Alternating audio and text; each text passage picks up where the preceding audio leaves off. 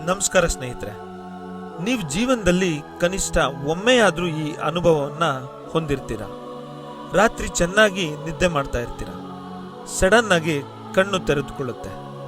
ಗಡಿಯಾರ ನೋಡಿದ್ರೆ 3 ಗಂಟೆ ಅಥವಾ 3:15 ಅಥವಾ 3:30 ಅಂತ ಇರುತ್ತೆ. ಮತ್ತೆ ನಿದ್ರೆ ಮಾಡಲು ನೀವು ಪ್ರಯತ್ನ ಪಟ್ರೆ ಕೆಲವೊಮ್ಮೆ ನಿದ್ರೆ ಬರೋದೇ ಇಲ್ಲ. ರೂಮ್ ತುಂಬಾ ಸೈಲೆಂಟ್ ಆಗಿರುತ್ತೆ. ಹೊರಗಡೆ ಕತ್ತಲೆ. ಆ ಸಮಯದಲ್ಲಿ ಮನಸ್ಸಿನಲ್ಲಿ ಒಂದು ವಿಚಿತ್ರ ಆಲೋಚನೆಗಳು ಬರೋದಕ್ಕೆ ಶುರುವಾಗುತ್ತೆ. ಇದು ಕೇವಲ ನನ್ನೊಂದಿಗೆ ಆಗುತ್ತಿದೆಯಾ ಅಥವಾ ಇದಕ್ಕೆ ಯಾವುದಾದರೂ ವಿಶೇಷ ಕಾರಣ ಇದೆಯಾ? ಇನ್ನು ಕೆಲವರು ಇದನ್ನು ಅಲೌಕಿಕ ಶಕ್ತಿಗಳ ಜೊತೆ ಸಂಪರ್ಕಿಸುತ್ತಾರೆ.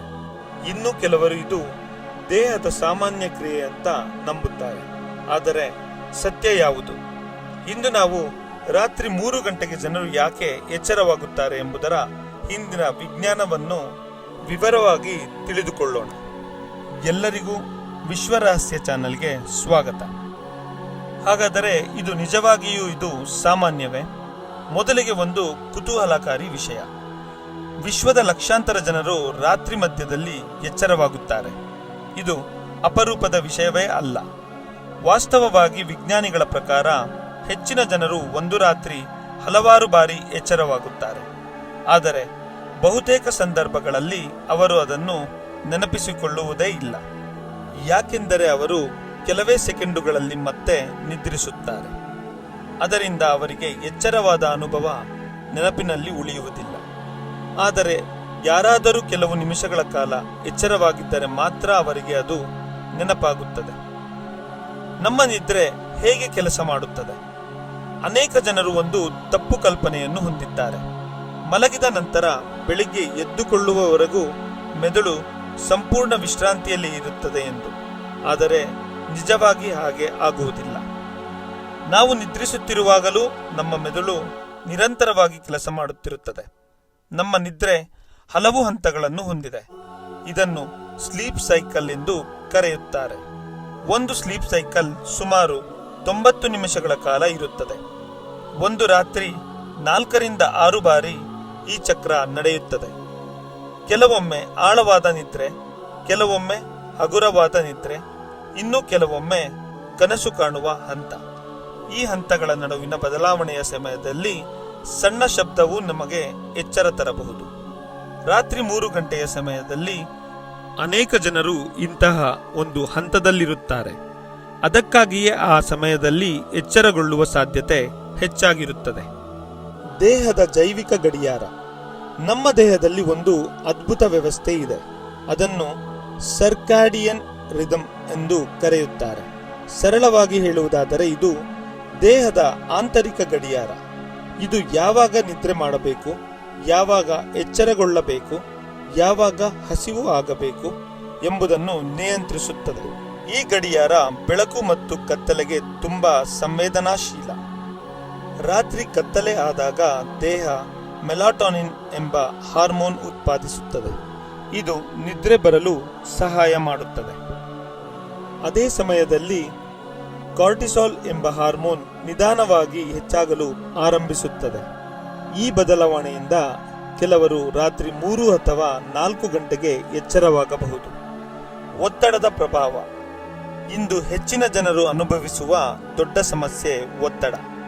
ಕೆಲಸ, ಹಣಕಾಸು, ಕುಟುಂಬ, ಸಂಬಂಧಗಳು, ಪರೀಕ್ಷೆಗಳು, ವ್ಯಾಪಾರ ಇವೆಲ್ಲವೂ ನಮ್ಮ ಮೆದುಳಿನ ಮೇಲೆ ಒತ್ತಡ ಉಂಟು ಮಾಡುತ್ತವೆ.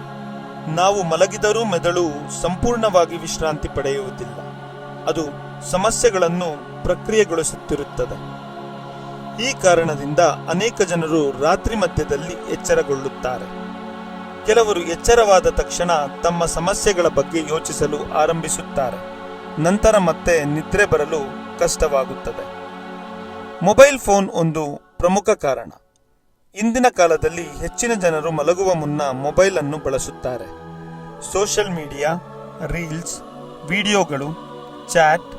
ಆದರೆ ಮೊಬೈಲ್ ಪರದೆಯಿಂದ ಬರುವ ನೀಲಿ ಬೆಳಕು ಮೆದುಳಿಗೆ ಗೊಂದಲವನ್ನು ಉಂಟು ಮಾಡುತ್ತದೆ. ಇದು ಇನ್ನೂ ಹಗಲು ಸಮಯ ಎಂದು ಮೆದುಳು ಭಾವಿಸುತ್ತದೆ. ಫಲವಾಗಿ ಮೆಲಾಟೋನಿನ್ ಉತ್ಪಾದನೆ ಕಡಿಮೆಯಾಗುತ್ತದೆ. ಇದರಿಂದ ನಿದ್ರೆಯ ಗುಣಮಟ್ಟ ಕುಸಿಯುತ್ತದೆ.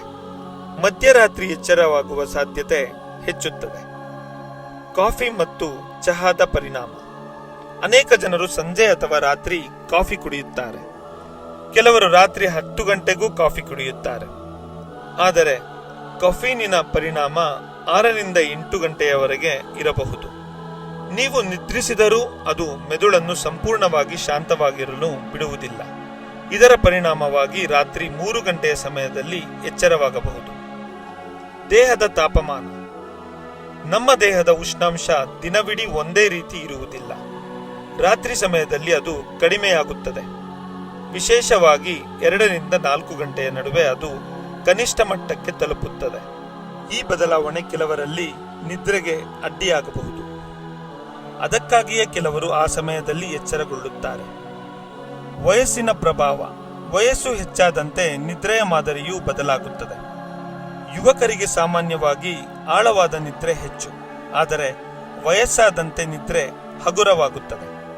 ಅದರಿಂದ ಸಣ್ಣ ಶಬ್ದವೂ ಅವರನ್ನು ಎಚ್ಚರಗೊಳಿಸಬಹುದು.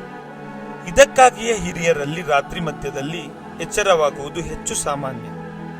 ಹಾಗಾದರೆ ಇನ್ನು ಭಯಾನಕ ಕಥೆಗಳು ಏನು ಹೇಳುತ್ತವೆ? ಈಗ ಅತ್ಯಂತ ಕುತೂಹಲಕಾರಿ ಭಾಗಕ್ಕೆ ಬರೋಣ. ಅನೇಕ ಭಯಾನಕ ಕಥೆಗಳು ಮತ್ತು ಸಿನಿಮಾಗಳು ರಾತ್ರಿ 3 ಗಂಟೆಯನ್ನು ವಿಶೇಷ ಸಮಯ ಎಂದು ತೋರಿಸುತ್ತವೆ. ಕೆಲವರು ಇದನ್ನು ವಿಚಿಂಗ್ ಹಾರ್ ಎಂದು ಕರೆಯುತ್ತಾರೆ. ಅಂದರೆ ಅಲೌಕಿಕ ಚಟುವಟಿಕೆಗಳು ಹೆಚ್ಚು ನಡೆಯುವ ಸಮಯ ಎಂದು ನಂಬುತ್ತಾರೆ. ಆದರೆ ವಿಜ್ಞಾನದಲ್ಲಿ ಇದಕ್ಕೆ ಯಾವುದೇ ಸಾಕ್ಷ್ಯವಿಲ್ಲ. ಇಲ್ಲಿಯವರೆಗೆ ರಾತ್ರಿ 3 ಗಂಟೆಗೆ ವಿಶೇಷವಾಗಿ ಅಲೌಕಿಕ ಘಟನೆ ನಡೆಯುತ್ತವೆ ಎಂದು ಸಾಬೀತುಪಡಿಸಿರುವ ಯಾವುದೇ ವೈಜ್ಞಾನಿಕ ಅಧ್ಯಯನ ಇಲ್ಲ. ಹಾಗಿದ್ದರೆ ಯಾಕೆ 3 ಗಂಟೆಯೇ ಎನ್ನುವ ಪ್ರಶ್ನೆ ಮೂಡಬಹುದು. ಇದಕ್ಕೆ ಒಂದು ಸರಳ ಕಾರಣ ಇದೆ. ಆ ಸಮಯದಲ್ಲಿ ಹೊರಗಿನ ಜಗತ್ತು ಅತ್ಯಂತ ಮೌನವಾಗಿರುತ್ತದೆ. ಕಾರುಗಳ ಶಬ್ದ ಕಡಿಮೆ, ಜನರ ಚಟುವಟಿಕೆ ಕೂಡ ಕಡಿಮೆಯಾಗಿರುತ್ತೆ. ಮನೆಯಲ್ಲೂ ಎಲ್ಲರೂ ಮಲಗಿರುತ್ತಾರೆ. ಈ ಮೌನದಿಂದ ನಮ್ಮ ಮೆದುಳು ಸಣ್ಣ ವಿಷಯಗಳನ್ನು ಕೂಡ ಹೆಚ್ಚು ಗಮನಿಸುತ್ತದೆ. ಅದರಿಂದ ಸಾಮಾನ್ಯ ಶಬ್ದವು ವಿಚಿತ್ರವಾಗಿ ಅನುಭವವಾಗಬಹುದು. ಹಾಗಾದರೆ ರಾತ್ರಿ 3 ಗಂಟೆಗೆ ಎಚ್ಚರವಾದರೆ ಏನು ಮಾಡಬೇಕು? ಮೊದಲನೆಯದಾಗಿ ಗಡಿಯಾರವನ್ನು ಮತ್ತೆ ಮತ್ತೆ ನೋಡಬೇಡಿ. ಇದು ಆತಂಕವನ್ನು ಹೆಚ್ಚಿಸುತ್ತದೆ. ಎರಡನೆಯದಾಗಿ ಮೊಬೈಲ್ ಹಿಡಿಯಬೇಡಿ. ಇನ್ನು ಮೂರನೆಯದಾಗಿ ನಿಧಾನವಾಗಿ ಉಸಿರಾಟದ ಮೇಲೆ ಗಮನ ಕೊಡಿ. ದೇಹವನ್ನು ಶಾಂತವಾಗಿಡಿ. ಸಾಮಾನ್ಯವಾಗಿ ಕೆಲವೇ ನಿಮಿಷಗಳಲ್ಲಿ ಮತ್ತೆ ನಿದ್ರೆ ಬರುತ್ತದೆ. ಇನ್ನು ಕೊನೆಯ ಸತ್ಯ ಏನೆಂದರೆ, ರಾತ್ರಿ 3 ಗಂಟೆಗೆ ಎಚ್ಚರಗೊಳ್ಳುವುದು ಸಾಮಾನ್ಯವಾಗಿ ಭಯಪಡುವ ವಿಷಯವೇ ಅಲ್ಲ. ಹೆಚ್ಚಿನ ಸಂದರ್ಭಗಳಲ್ಲಿ ಅದು ನಮ್ಮ ನಿದ್ರೆಯ ಚಕ್ರ, ಹಾರ್ಮೋನ್ಗಳು, ಒತ್ತಡ, ಜೀವನ ಶೈಲಿ ಮತ್ತು ಮೆದುಳಿನ ಸಹಜ ಪ್ರಕ್ರಿಯೆಗಳ ಪರಿಣಾಮ. ಆದ್ದರಿಂದ ಮುಂದಿನ ಬಾರಿ ರಾತ್ರಿ 3 ಗಂಟೆಗೆ ಎಚ್ಚರವಾದರೆ ಮೊದಲು ಭಯಪಡಬೇಡಿ. ನಿಮ್ಮ ದೇಹ ತನ್ನ ಕೆಲಸವನ್ನು ಮಾಡುತ್ತಿರಬಹುದು. ಹಾಗಾದರೆ ಸ್ನೇಹಿತರೆ, ನೀವು ಕೂಡ ರಾತ್ರಿ 3 ಗಂಟೆಗೆ ಎಚ್ಚರಗೊಂಡ ಅನುಭವ ಹೊಂದಿದ್ದೀರಾ? ಕಮೆಂಟ್ ಬಾಕ್ಸ್ನಲ್ಲಿ ತಿಳಿಸಿ. ಇಂತಹ ಕುತೂಹಲಕಾರಿ ಮತ್ತು ವೈಜ್ಞಾನಿಕ ಮಾಹಿತಿಗಳಿಗಾಗಿ ನಮ್ಮ ಚಾನೆಲ್ ವಿಶ್ವರಹಸ್ಯ ಅನ್ನು ಸಬ್ಸ್ಕ್ರೈಬ್ ಮಾಡಿ. ನಿಮಗೆ ವಿಡಿಯೋ ಇಷ್ಟ ಆಗಿದ್ರೆ ಲೈಕ್ ಮಾಡಿ, ಹಾಗೆ ಶೇರ್ ಮಾಡಿ. ಸಿಗೋಣ ಮುಂದಿನ ಒಂದು ಇಂಟ್ರೆಸ್ಟಿಂಗ್ ವಿಡಿಯೋನಲ್ಲಿ. ಅಲ್ಲಿವರೆಗೆ ಟೇಕ್ ಕೇರ್, ಬಾಯ್.